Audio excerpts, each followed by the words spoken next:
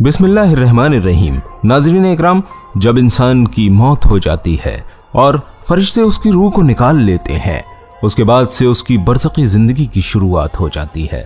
उसी बरज़ख़ी ज़िंदगी में उससे सवाल और जवाब किए जाते हैं।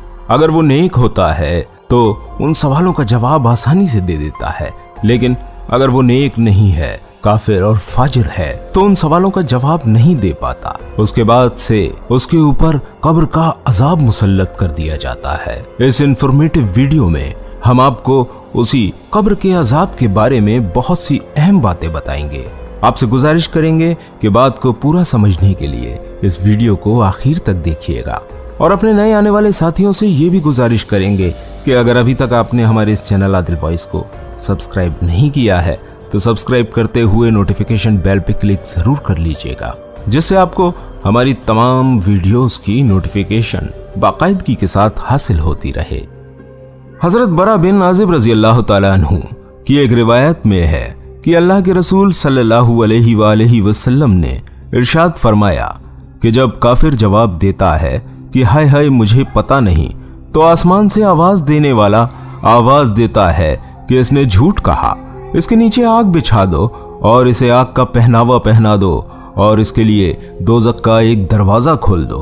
चुनाचे दरवाजा खोल दिया जाता है, जिससे दोज़ख की गर्मी और सख्त गर्म लू आती रहती है और उसकी कब्र तंग कर दी जाती है, यहाँ तक कि उसकी पसलियां इधर से उधर हो जाती हैं।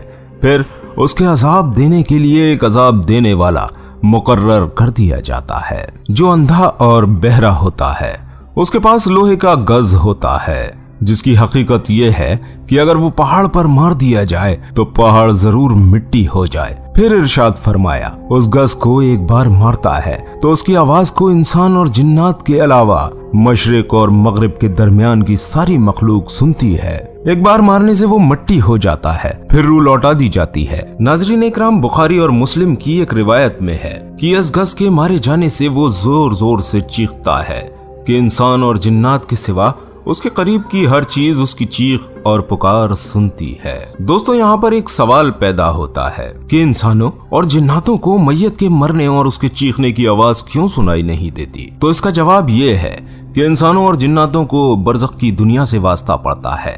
अगर उनको कब्र का अजाब दिखा दिया जाए या कानों से वहां के मुसीबत के मारे हुओं की चीख और पुकार की आवाज सुना दी जाए तो ईमान ले आए और नेक अमल करने लगे।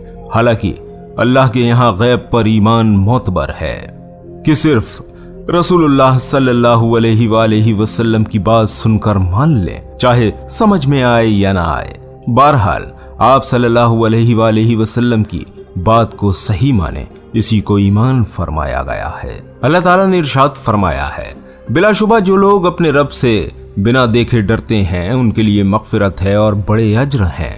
नाज़रीन गिरामी, अगर दोज़ख और जन्नत और बरज़ख के हालात आंखों से दिखा दिए जाएं तो फिर गैब पर ईमान न रहे और सब मान लें और मोमिन हो जाएं, मगर खुदा के यहाँ आंखों से देखे हुए पर ईमान लाना मोतबर नहीं।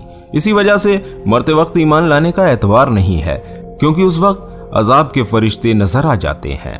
अल्लाह ने एक और जगह इरशाद फरमाया, सो उनको उनका ईमान लाना फायदेमंद ना हुआ जबकि उन्होंने हमारा अजाब देख लिया।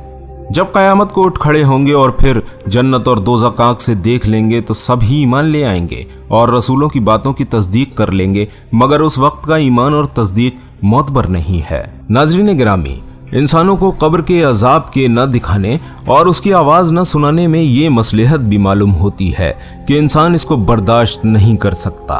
अगर कब्र के अजाब का हाल आंखों से देख ले या कानों से सुन ले तो बेहोश हो जाए। जैसा कि हजरत अबू सईद रजी अल्लाह तआला अन्हु से रिवायत में है कि रसूलुल्लाह सल्लल्लाहु तआला अलैहि वसल्लम ने इरशाद फरमाया कि नाफरमान की मैयत को जब लोग उठाकर चलते हैं तो वो कहता है, हाय मेरी बर्बादी, मुझे कहाँ ले जा रहे हो? उसकी इस आवाज को इंसान के सिवा हर चीज सुनती है। अगर इंसान इसे सुन ले तो बेहोश हो जाए। हाँ, अल्लाह ने अपने प्यारे रसूल सल्लल्लाहु अलैहि वसल्लम को बरज़ख की चीजें न सिर्फ बता दी बल्कि दिखा भी दी, चूंकि आप में उन्हें देखकर बर्दाश्त करने की ताकत मौजूद थी। यहाँ तक कि दोज़ख के मंजर को देखकर भी आपके सहाबा इकराम के साथ उठने बैठने और खाने पीने में फर्क ना आता था। हजरत अबू अय्यूब रजी अल्लाह तआला अन्हु रिवायत करते हैं कि रसूलुल्लाह सल्लल्लाहु अलैहि वसल्लम एक बार सूरज डूबने के बाद मदीना मुनव्वरा से बाहर तशरीफ ले गए। आपने एक आवाज सुनी जो बहुत ही खौफनाक थी। उसको सुनकर फरमाया कि यहूदियों को उनकी कब्रों में अजाब हो रहा है। हजरत ज़ैद बिन साबित रजी अल्लाह तआला अन्हु फरमाते हैं कि रसूलुल्लाह सल्लल्लाहु अलैहि वसल्लम एक मर्तबा अपने खच्चर पर सवार होकर कबीला बनु नज्जार के एक बाग में तशरीफ ले जा रहे थे और हम भी आपके साथ थे कि अचानक आपका खच्चर बिदक गया और ऐसा बिदका कि करीब था कि आपको गिरा दे। वहीं 5 या 6 कब्रें थीं जिनके बारे में रसूलुल्लाह सल्लल्लाहु अलैहि वसल्लम ने दरियाफ्त फरमाया कि इन कब्र वालों को कौन पहचानता है। एक शख्स ने अर्ज किया, मैं पहचानता हूं। आपने उससे पूछा, ये कब मरे थे? उसने कहा कि कुफ्र और शिर्क के जमाने में मरे थे।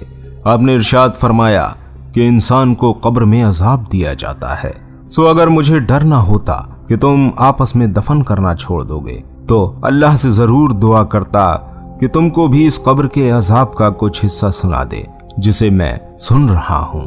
नाज़रीन इकराम, कब्र का अजाब बहुत खौफनाक है।